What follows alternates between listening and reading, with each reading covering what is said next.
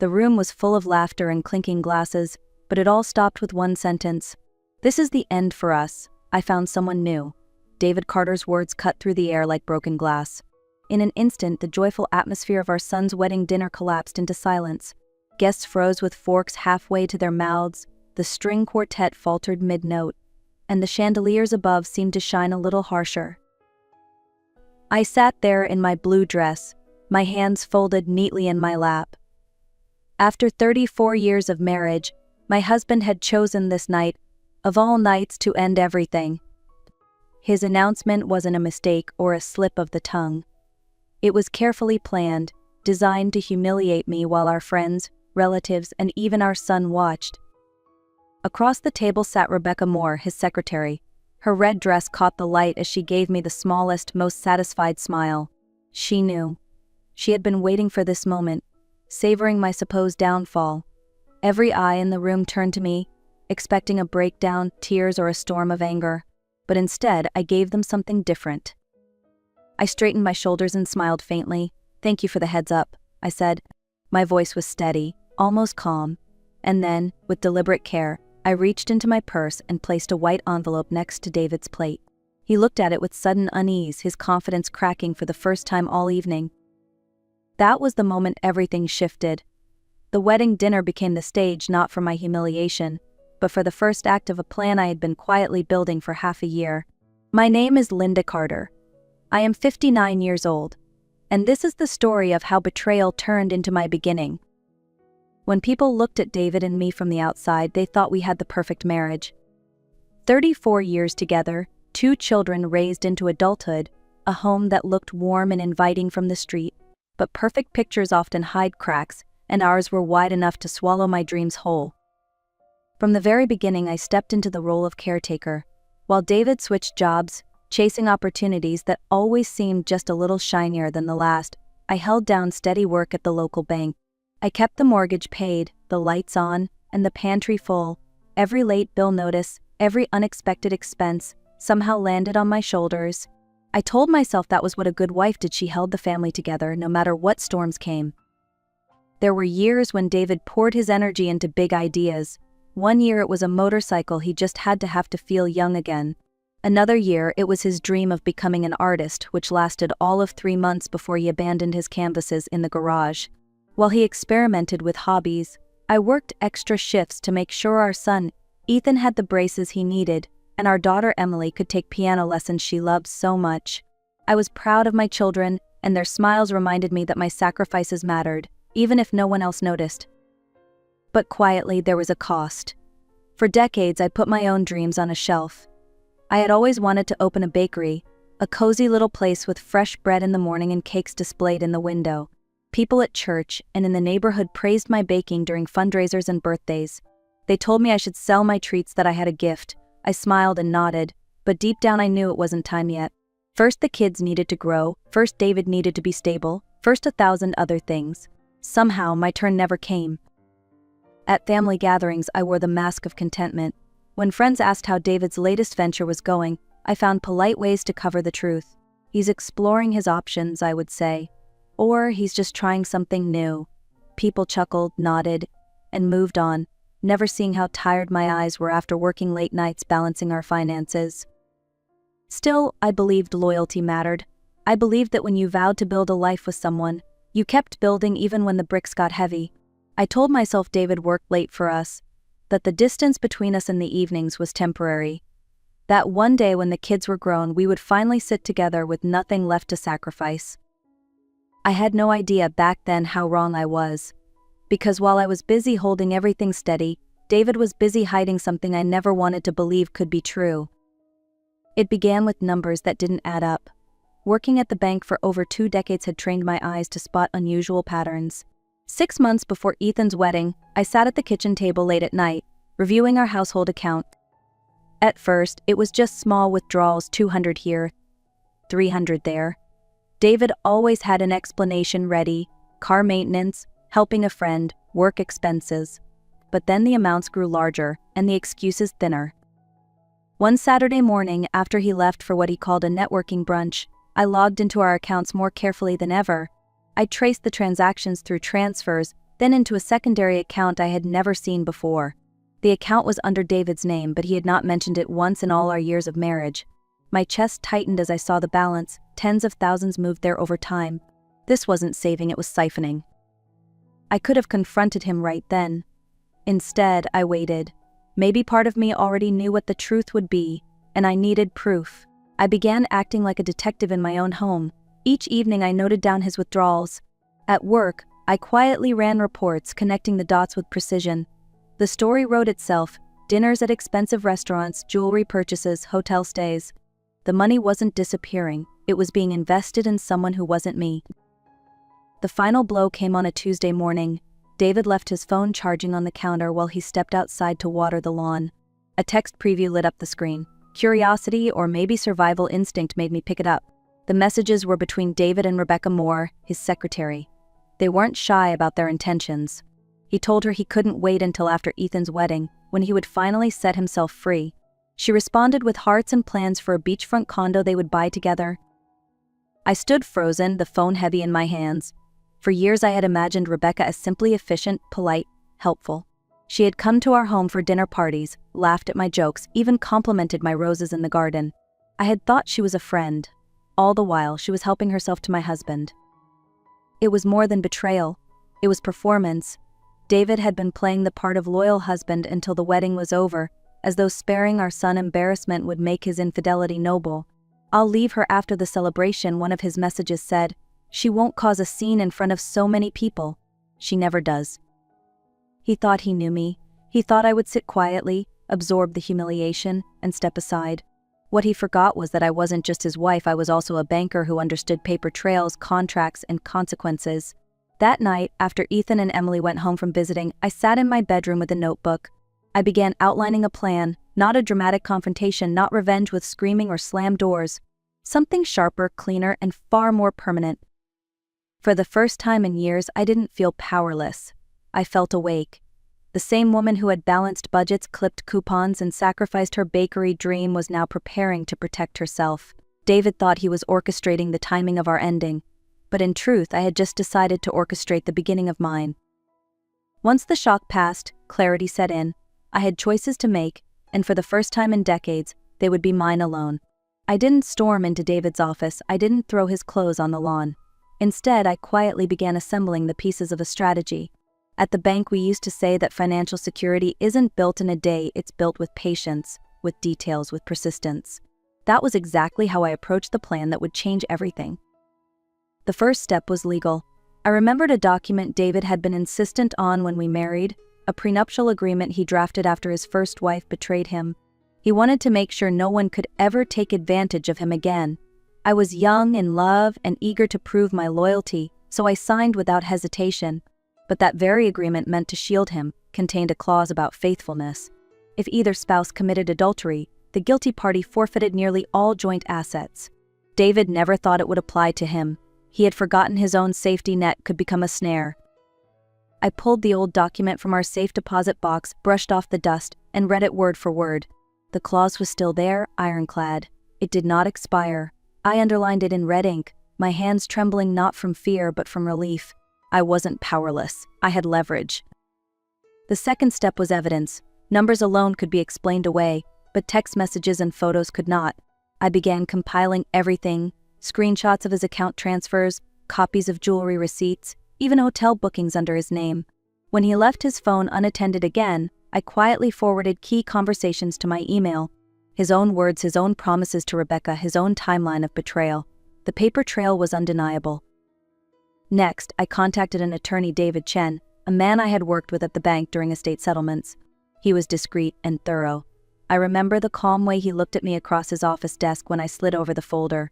"You've done half my job already," he said gently. "Most women who come here only have suspicions. You have a full case." For the first time in months, I allowed myself to smile. We drafted the divorce papers carefully, making sure every detail aligned with the prenuptial terms. Timing mattered. David wanted to wait until after Ethan's wedding to make his grand reveal, but I decided to file the morning of the ceremony. By the time the courthouse processed the paperwork, the news would be locked in place, irreversible, waiting for him like a shadow. He thought he was staging a dramatic ending in front of family and friends. What he didn't realize was that I had already written the script. The final piece was emotional. For years, I had been the peacemaker, the one who swallowed her words to keep the family intact. That night, as I sat with the envelope sealed and ready, I realized I wasn't seeking revenge for its own sake. I wasn't trying to destroy him in anger. I was protecting myself, my children, and the life I still wanted to live. This wasn't vengeance, it was liberation. When I slipped the envelope into my purse on the morning of the wedding, my heart was strangely calm. I had thought through every step. I had prepared for every outcome. Whatever David believed he was about to do, he was already 3 moves behind me, and that knowledge gave me more strength than I had felt in years. The moment at the wedding dinner felt surreal. Like I was watching a play I had already rehearsed 100 times in my mind. David stood tall, wine glass in hand, expecting applause for his courage to announce a new love. Rebecca shifted in her seat, her smile small but certain, as if she were about to inherit a crown. And I, the woman they believed would break down, simply slid the envelope across the table and wished everyone a pleasant evening. I walked out of that glittering ballroom with my head held high. Behind me, whispers rippled through the guests like waves. The heavy doors closed, and for the first time in months, I inhaled deeply, free from the weight of secrets. I had made my move. Minutes later, the doors burst open. David rushed after me into the hotel corridor, his face flushed with anger. "Linda, what is this?" he demanded, waving the envelope like it was a ticking bomb. "What did you do?"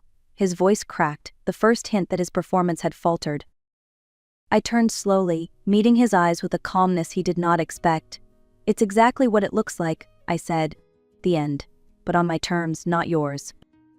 He laughed bitterly, trying to regain control. "You can't be serious. A divorce? Today? You're making yourself look foolish." "Am I?" I asked quietly. "Or are you the one who just confessed to betrayal in front of 100 people?" His jaw tightened. "The prenup expired years ago. You'll get nothing. My lawyer will prove it." I smiled, small and sharp. "You should read Section 15 again.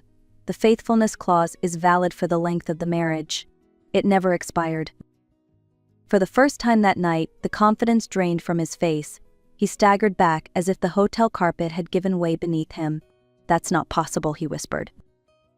"It is," I replied, "and I have every transfer, every receipt, every text message to prove your choices." He tried another tactic.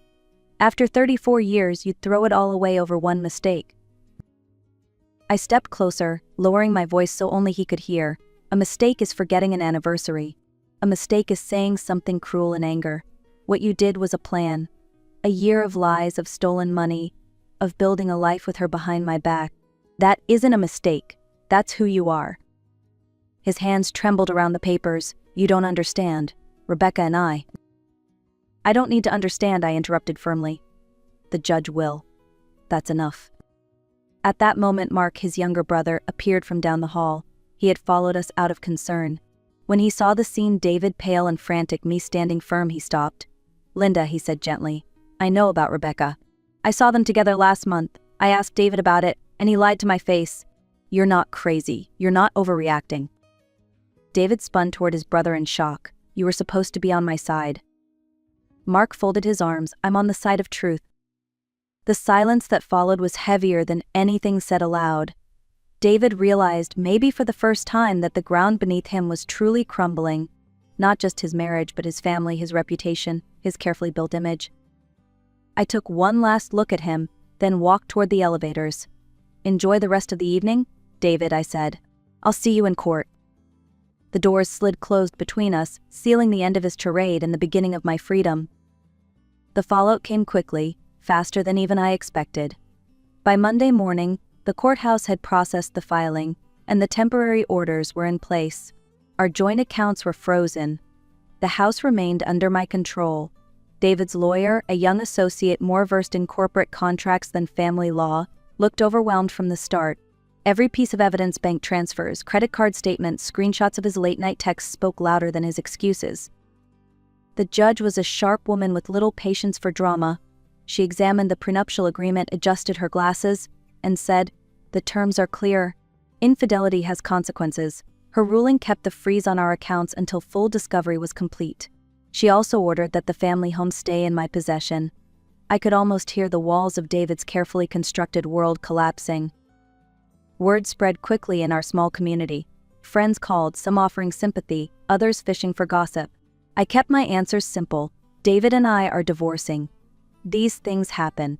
I refused to let my story become neighborhood entertainment. Still, people noticed the shift. The once confident businessman who strutted through town now looked diminished, shoulders slumped, smile forced. His reputation as a devoted husband and successful provider was gone.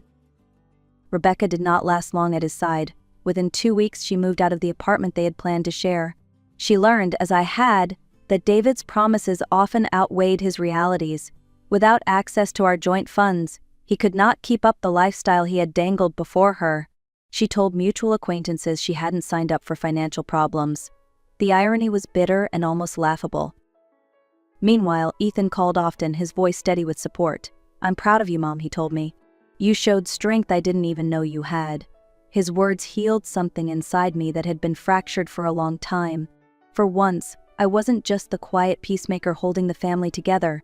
I was a woman who had stood her ground. The fallout wasn't just David's ruin, it was my rebirth.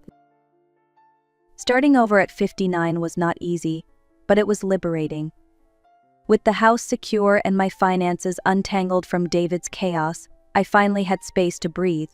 For decades, I had whispered about my dream of owning a bakery, always pushing it aside for someone else's needs.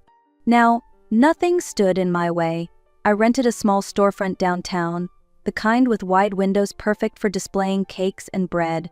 The first morning I turned the key, I felt lighter than I had in years. At first, I baked simple things: cinnamon rolls, cookies, loaves of bread. Neighbors who remembered my treats from school fundraisers came in with smiles. Word of mouth carried quickly, and soon I was making wedding cakes, birthday cakes, and anniversary desserts. Each order was more than just business, it was a reminder that my talents had value beyond the walls of my old kitchen. I wasn't just surviving anymore, I was thriving. Ethan visited often, sometimes bringing friends from work who became loyal customers. Emily called to tell me how proud she was, promising to visit when her semester ended. Their support felt like sunlight after a long winter. I had worried they might resent me for keeping the divorce secret until after the wedding, but instead they understood. They saw that I had chosen their happiness first, just as I always had.